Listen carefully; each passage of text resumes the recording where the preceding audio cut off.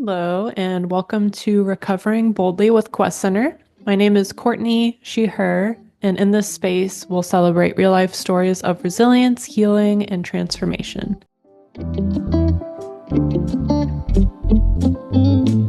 Each episode, I'll talk with inspiring guests who share their journeys navigating mental health challenges, addiction, chronic pain, and more, offering honest insight and celebrating the courage that it takes to reclaim hope and live boldly as your authentic self. So, a bit of background on Quest Center. We are a nonprofit health center based in Portland, Oregon, with a mission to provide integrative healthcare services, community, and education to all people seeking a wellness-focused approach to living and dying. Our programs all recognize that each person has a unique journey to healing.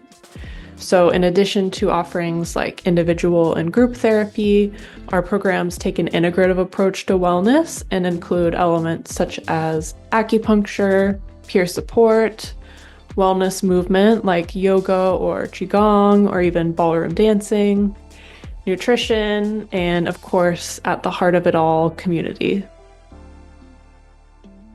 Without further ado, I am very excited to kick off the podcast with one of our very own staff, Katie Borofka, who's a certified body trust provider and certified sex therapist here at Quest Center.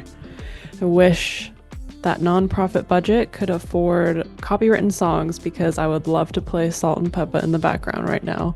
You know the one, because we're about to talk about sex. So let's go ahead and get this party started.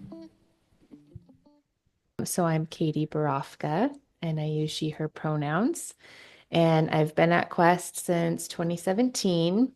And I am a mental health therapist on our team, and I primarily identify as a sex therapist. Nice. Yeah.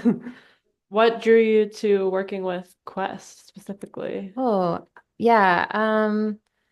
When I decided to go back to get my master's in social work, I was really clear that I wanted to get a degree that would allow me to practice sex therapy. And I just was like intent that whole 3 year span of like, I'm gonna get a job that satisfies these things. And one of them is that I'm gonna work with like community. I'm going to work with queer people. I want to work with trans people. I want to work with sex workers. I want to work with poly folks. And I want to do sex therapy. And I mean, in addition to some other like logistical life needs, right? Like I don't want to be paid nothing, and I want to be able to work at a nonprofit for public service loan forgiveness. Like there were some of those pieces that mattered to me too. But yeah, Quest really like met me exactly where I was at, and I just feel super fortunate that I was able to start working here right after finishing school. Yeah, I love Yeah. to hear that. Cool. And yeah, I also wanted to ask you about our values here at Quest. Our values are empowerment and respect, community, people first, and human rights for all. So I'm Beautiful. curious how any of those things have shown up for you in your work recently. I think community for sure. I really love facilitating groups, and love witnessing the community that gets built through those groups, specifically through the groups I've done on exploring pleasure and the exploring body trust groups. I've seen these really sweet connections being made between folks. And yeah, it just feels really nice to know that like there's the thing with individual therapy that can feel like a challenge to me sometimes is like I have these really special connections in the room for an hour a week or every other week or once a month. And I don't really know what else is happening in people's lives. But groups give me, it's kind of scratches an itch a little bit of like, oh, I see how you interact with other people and it's so nice. Yeah, And you that's very like cool. each other.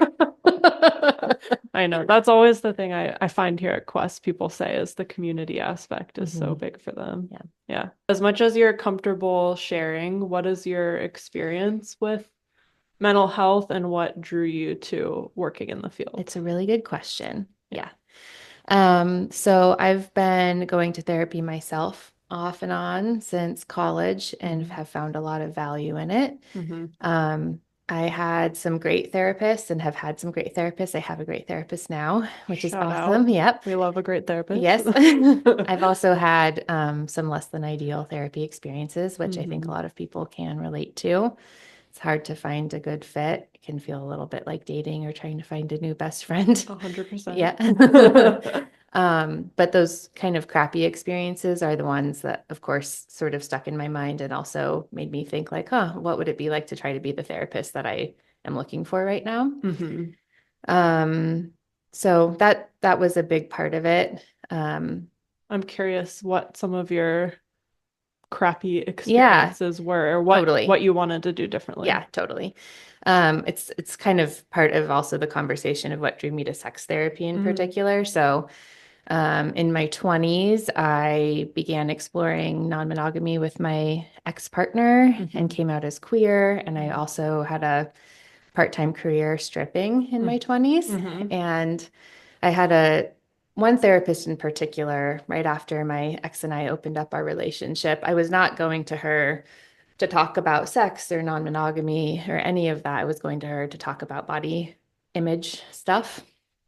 And I kind of casually mentioned that we were exploring non-monogamy. And I had like 3 sessions in a row without my prompting, with her prompting, her, saying, well, he could leave you for somebody else. And she just seemed to have an agenda about non-monogamy that didn't align with my experience or the values I was trying to sort of embody. And it, left me feeling like she really did not understand me or didn't want to even.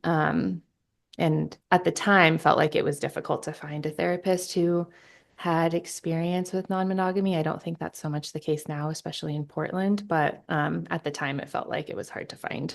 For sure. Yeah. Yeah, that makes sense. And yeah, I guess that kind of leads me to my next question, which is, what are some of the most common misconceptions that you've encountered in terms of non-monogamous relationships or kink relationships? It sounds like maybe your previous therapist had some misconceptions. Totally. I mean, I think some of the biggest ones that come to mind are that non-monogamy and kink are relationships that people engage in when people are traumatized or avoidant, like avoidant of real connection or real commitment. I think that there are lots of others. Those are the first ones that come to my mind, though. Yeah. Yeah. And what is your role as a sex therapist, and what are you most excited to work through with your clients? Yeah. So my role as a sex therapist is to ideally be a safer person that somebody can talk to about anything related to sex. And that is, in my mind, a pretty wide range of possible challenges or issues. So things related to desire, orgasm, arousal, function, can be things related to non-monogamy or kink, related to gender identity, sexual orientation, can be related to sexual pain and sexual trauma. There are other things that, can fall under that umbrella, but those are some of the big ones that come to my mind and that I see the most. Yeah. Do you have any common questions that you get from your clients when they're first starting? Yeah, I mean, around sex in particular, I think the most common question, hands down, is, am I normal? Is this okay? Am I okay? Am I normal? Yeah. Yeah. And generally the answer is yes. Yeah, that hits. Yeah. I just feel like we all, like, that's the human experience. Yeah, I mean, sex is still such a taboo topic in our culture, despite the kind of image that we might get from media. It's not something that's actually openly talked about with vulnerability. Right. So there's still so much shame for a lot of people, and that question continues to linger. Yeah. After years and years and years and years of being alive. I also know that you do some work with health at every size and body trust. Can you tell me a little bit about what those are? Yes. So Health at Every Size is a set of principles from the American Association for Size Diversity in Health, or known as ASDA. So that set of principles sort of seeks to state that health is a like socio-cultural concept, right? That there's not one definition of health, and that it is something that is very much impacted by systems of power and privilege and oppression. And it is Health at Every Size is very focused on fat liberation and the experience of weight stigma. So the idea that a person can't actually experience access to real health care if it's not delivered from a weight inclusive stance. Yeah. And Body Trust is a framework created by Hillary Canavy and Dana Studervant, who are here in Portland and have the Center for Body Trust. Cool. And Body Trust is informed by Health at Every Size. It is also informed by intuitive eating, Neva Perron's work on embodiment, liberation psychology, trauma-informed care. So it's a combination of a lot of different approaches.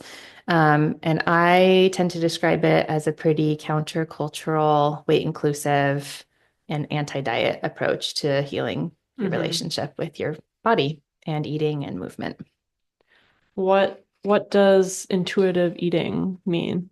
Intuitive eating is most popularly known because of the book by the same name, written by a couple of anti-diet dietitians. It's been, I don't know when their first edition came out, but it's been around for a little while. Okay. Yeah. Gotcha. Nice. Do you feel like your work with Health at Every Size and Body Trust intersects with your sex therapy work? Absolutely. Yeah. How so? So Body Trust is not only about like, how do I feel in my body and am I trying to control it through diet and exercise? And how can I kind of step away from normative approaches and come back to my body's signals around eating? It also then taps into what are the signals that I get from my body when I'm interested in sex, or how I feel about my gender, or how comfortable I feel using my voice, you know, when trying to set a boundary. And so in that way, it very much intersects with sex therapy, since, both can be about how comfortable do I feel in my skin? Do I feel comfortable taking up the space? Do I know what I want and what I don't want? Do I feel like I can say that? Right. Yeah. Yeah, that makes sense. What do you think are some of the ways that we've been taught as a society to stay silent about our own mental health struggles and body struggles? And what do you think is the harm that comes from that? Those are great questions. They're big questions. They are big questions.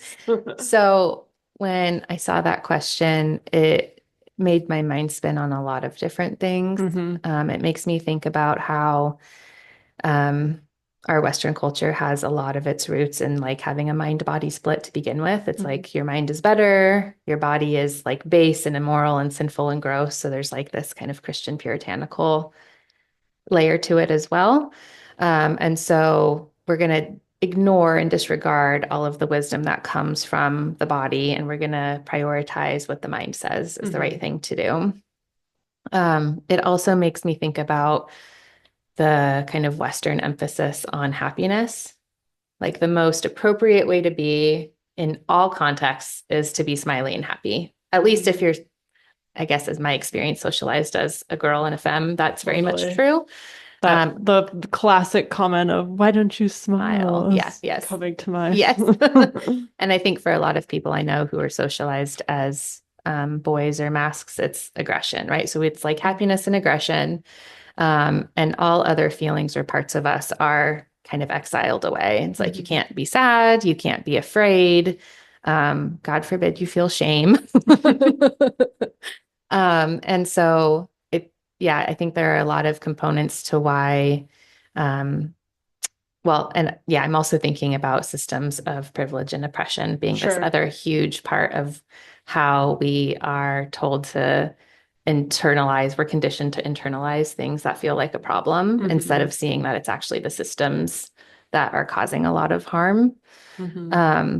And I think there's some system design in that we often tend to feel isolated and alone in that struggle. It's like our fault that we're having it and we're the only one who's having it. So we can't talk about it with anybody. And then that just perpetuates a cycle. And I think that a lot of us can feel like little islands with our own little unique problems when really they're shared by so many. Right. And so I think healing comes from finding people who can say, yeah, me too. But it takes somebody saying, I'm experiencing something. It takes someone being vulnerable. Yes, it does. And that's so hard. Yeah. And so like individual therapy, I love, obviously, because I'm doing this work. And I think groups and like larger groups of people have such a huge opportunity to provide more support to the people within the group. Yeah. You know? Are you working on any groups right now? Yes. Right now, Hillary, Reno, and I are in our second round of Exploring Body Trust, which is a 14-week group on the topic of body trust. Yeah. How do you feel like groups interact with each other differently than your experiences working with individuals one-on-one? I think one of the coolest things that I get to witness is what happens when one group member shares a perspective or a feeling that is challenging, and another group member steps in to say, me too, and also here's what I do, or here's a reframe, or here's some other potentially helpful perspective. And there's some different kind of like alchemy that happens there than when it's me trying to be the person that's like, yeah, and what about this thing, right? Right. It's more like peer to peer. Yes. Yeah. Makes sense. What are some other groups that you've facilitated in the past year? I've and a number of like sexual wellness groups. So I've in the past have done some like more general sexual wellness groups that are kind of parallel-ish to adult sex ed. You know, like let's just talk about a wide variety of topics related to sex in a space that we can create together and have it feel a little safer in a way that is hopefully different from like high school or middle school. Right. They're horrible times. No bananas and condoms. Yeah. I've had a couple of rounds of healing sexual trauma, which is like a tools-based, skills-based group. Done some workshops on non-monogamy and polyamory. For a while, when I first started, I helped co-facilitate our trans support group, which I really loved. And I know that I've done some like connected conflict and couples workshops. Oh, nice. The last couple of years. And are those where you bring your partner as well, right? You can. Yeah. I think there was one that Raven and I did where it was 4 couples. It was like an ongoing group, 4 couples. So the expectation is you brought your partner or partners. And then we've done one before where it can be for individuals and couples. So Nice. Yeah. And what about as a provider? How do you balance your own self-care and your own feelings that come up when you're working with clients? Yes, that's also a good question. I mean, in the moment with clients, when I notice, wow, there's a lot happening, maybe with the content, maybe also with what's happening between us, maybe, something feels like a lot. One of the most helpful exercises I've practiced is basically imagining my own boundary around me. And everyone's can look different. And I found out later that this is an exercise offered in the book, Setting Boundaries That Stick, which I have not read, but I think it's really helpful to imagine like, where does my stuff end and where does their stuff begin? And it ties into your work, tying the physical and mental together completely. Yeah. I like that. Yeah. Yeah. Yeah. And outside of session time, I mean, I try to do a lot of things to take care of myself, and it's still hard being alive and being human right now. Yes. Yeah. 100%. Yeah. I'm curious a little bit about how you grew up. Was mental health prioritized, or do you feel like it's something that you had to learn and prioritize for yourself? I feel really fortunate that I had parents who understood what mental health was and cared.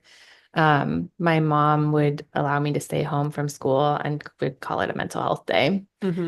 She also went back to school when I was in elementary school for her PhD in depth psychology and mythology. And so I was kind of around some of those like ideas Language from language, yeah. from a fairly young age. But yeah, she cared about mental health, which was Nice. awesome. Yeah. Yeah. Shout out. Shout out. So I grew up near Fresno Mhm. in the Central Valley of California in the smaller suburban town, Clovis. Okay. And it's really hot there. It's one of the reasons why I left. It's the desert. Yep. And that you get like 3 days a year where it's crystal clear air quality and you can see the Sierra Nevadas. And when people visit on that day, they're like, oh, I'm moving here. But the rest of the year is not so nice. That's like Portland summers. Yeah. People come in the summer. Like, oh, Yeah. it's magical. Yeah. But one thing that was novel about like the climate there was in the winters, we would sometimes have foggy day schedules. What does that mean? It means the fog is so thick that it's not safe for the buses to drive. Really? Yeah. Wow. I didn't know it was a novel experience until I left. Yeah. Definitely didn't have snowy day schedules, but we had foggy day schedules. But yeah, it's a really conservative area, really Christian area, and my school district was uber competitive, image focused. And my family was kind of like a little liberal bubble. And we ended up going to a Unitarian Universalist church starting when I was about 10. And my immediate family, which was my parents, my younger sister, and my church community and my youth group were like my little safe havens. But school was like, kind of intense. And and my parents were super like supportive, but also highly, highly protective. So I kind of had like a bubble around. Yeah. Yeah. Did you see many examples of queer people in your community? Not much. The two exceptions are we did have a gay straight alliance Okay. at my high school, which I was a part of. And my youth group received comprehensive sex ed. And as part of that, they talked about queer identity. But otherwise, no. Yeah. So when I came out as queer, I had those little like light bulb moments to look back on, like, oh, maybe I had a crush on that friend. And like, oh, that's why I was obsessed with Topanga from Boy Meets World. But like in terms of like opportunities to really engage with queerness, I didn't. Yeah. Have a lot of it. Did you feel scared to come out at all? No, Yeah. I didn't. That's actually a difference between my wife and I. She Really? grew up in rural Montana and has that kind of built-in danger sensor, safety sensor, and I don't, for better or worse, because I didn't grow up knowing and didn't grow up having to like watch myself. So I wasn't scared to, and actually had my sister and I came out around the same time. Oh, really? Yeah. And yeah, That's so cool. It's yeah, cool to be able to relate on that. yeah. And clearly it sounds like you have support from your family. Yes, That's I nice. do. Yeah. Cool. So yeah, growing up was kind of confining, I was in band. Ooh. Yeah. What'd you play? Mostly the flute. Big Nice. surprise. And then I visited Berkeley when I was a freshman or sophomore in high school. And I was like, oh, this is my place. I have to go here. And so I worked like as hard as I could to get in, and I kind of barely got in. They have a program called the extension program where it's like they admit more students than they have room for. So it's sort of like their overflow freshman class. Okay. And you take your first semester of classes off site before you're allowed to like be on campus. And that's what I was admitted into. But it was definitely the environment for me. Yeah. Much more diverse and eclectic and interesting and freeing. Yeah. How do you feel like your personal identity intersects with the work that you do? Yeah.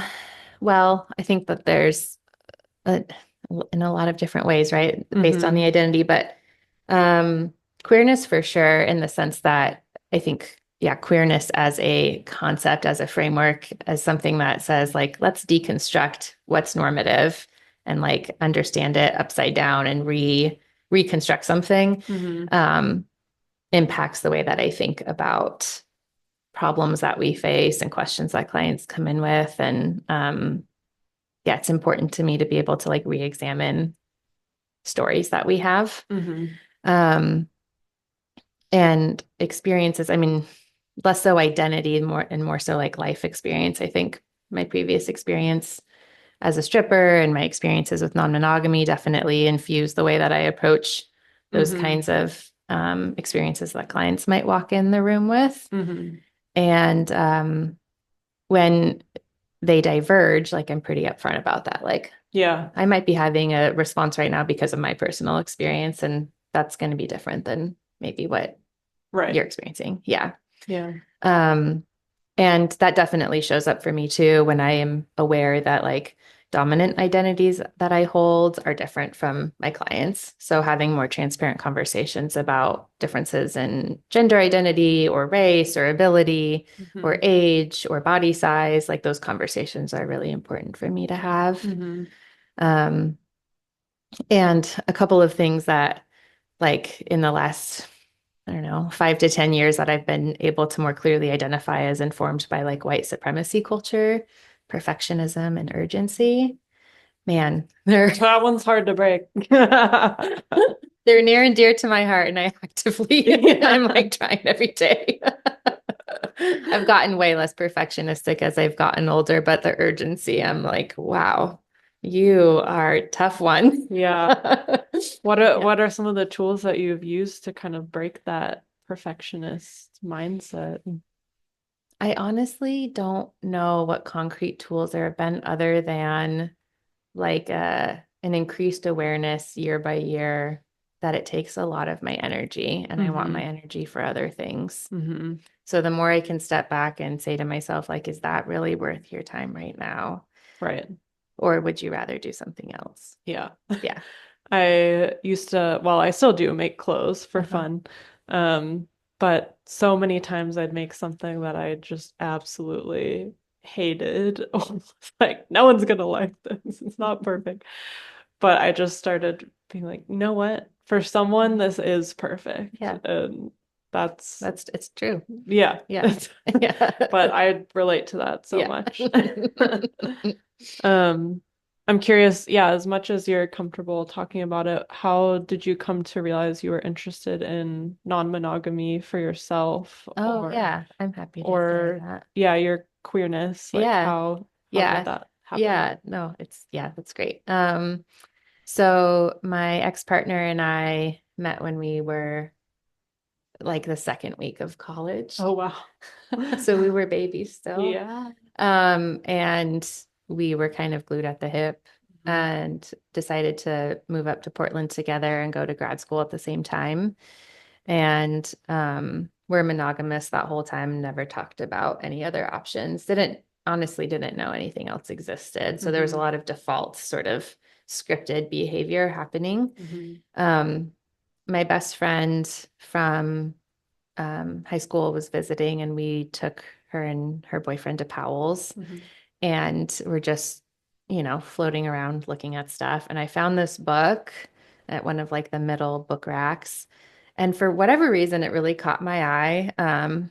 Some people might be familiar with it. It's called Sex at Dawn. Oh yeah. And I'd always been interested in like the field of sexuality, but hadn't ever like really dived into anything. But I picked that up. I read the jacket cover, I handed it to my partner, and he was like, yeah, that sounds really interesting. We should get it. And it sat on our bookshelf for a few months. And then he read it first.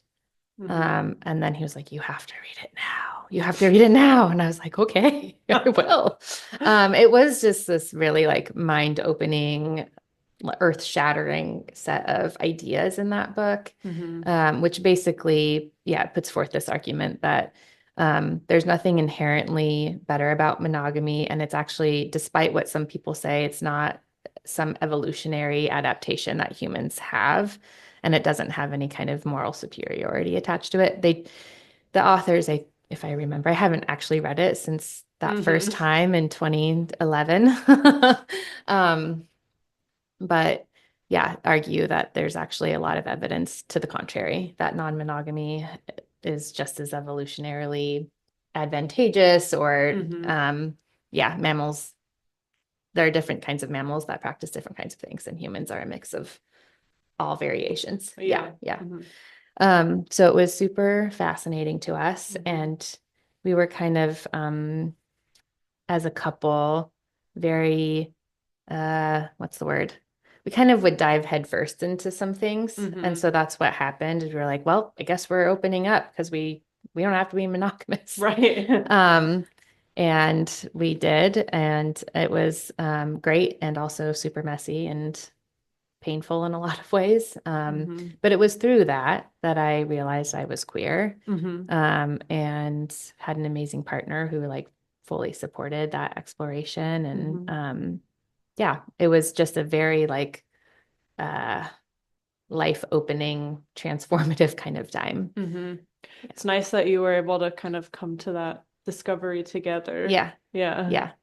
Definitely. What were some of the challenges that you faced, or the unexpected difficulties? Yeah, I mean, one of my favorite books that I've found in the last handful of years is Polysecure by Jessica Fern. And I think that she has a list at the beginning of that book of like common reasons why folks break up when they're exploring non-monogamy. And I really saw that relationship in those pages. I was like, yes. He and I had really different, at least at the time, kind of orientations to how it should be practiced, and like where our relationship should be sort of placed, I think, kind of in relation to other relationships, if that makes sense.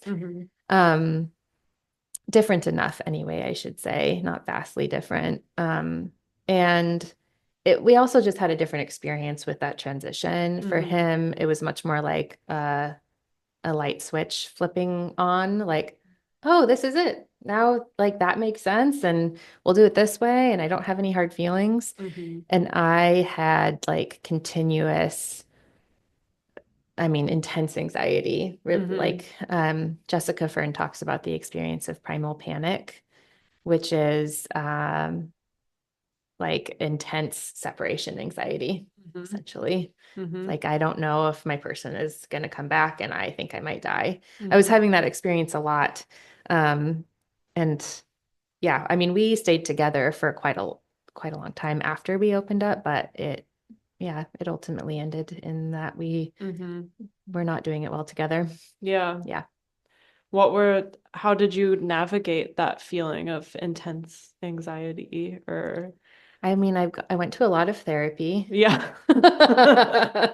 When you asked the question about mental health, I meant to, offer that information that anxiety is a very familiar companion to me. I've known about its existence since I was a little kid. And this was just like another manifestation of it, was like this really intense relational anxiety.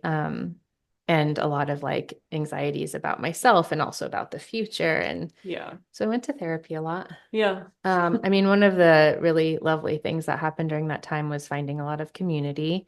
And so I relied on a lot of like newly found friends for support. Yeah, it's tricky, right? Like I'm also thinking about the other big thing that has driven my experience in the mental health field, both personally and professionally, is my own pretty complicated relationship with my body. And so when you ask about like, how did you deal with that hard time? Like, one of the things that I also did was I'm more actively engaged in pretty disordered eating and movement, because it felt, it was coping for this hard time. But then I was also kind of creating more of a hard time for myself in that other way. Yeah. Yeah. Thank you for sharing. No worries. Yeah. I can also relate to body image. Yeah. I mean, I don't know anybody who can't. Totally. Yeah. Yeah, absolutely. Yeah. What do you enjoy doing in your free time? Oh, besides reading, which I've been actually really struggling to do on a like week to week basis. I love gardening. Oh, nice. My partner and I have a puppy, and she's a handful and takes a lot of time. Um, we have 2 cats, and I spend time loving on them Oh. and kind of, yeah, trying to come into a more balanced relationship with movement because it gives me a lot of life and joy, but it can also turn into something different. So I try to keep it in the space of joy. Is there anything that you've found joy in with that? With movement. Yeah. I love walking the dog. Yeah. Her name's Frankie. I love walking Frankie. I really enjoy weightlifting. Oh, nice. I enjoy a lot of things. I've actually started going back to a pole dance class. Very It's cool. way different now dancing around a pole than it was 10 or 15 years ago. Takes so much strength. It does. Yeah. Yeah. And flexibility and balance and lots of things. And it's really hard, but I really love it. It's been really fun. I like doing a lot of things. It's more about like, can I keep it contained enough that it's not driving my life and not taking me away from other things that I like doing. Yeah. I also volunteer with my neighborhood association. Oh, nice. And that's some time out of work that takes up, it's time out of work. And I like doing it, but it's a different flavor than baking, which I also like doing, or laying in the sun, which I also like to do. All these hobbies. Yeah.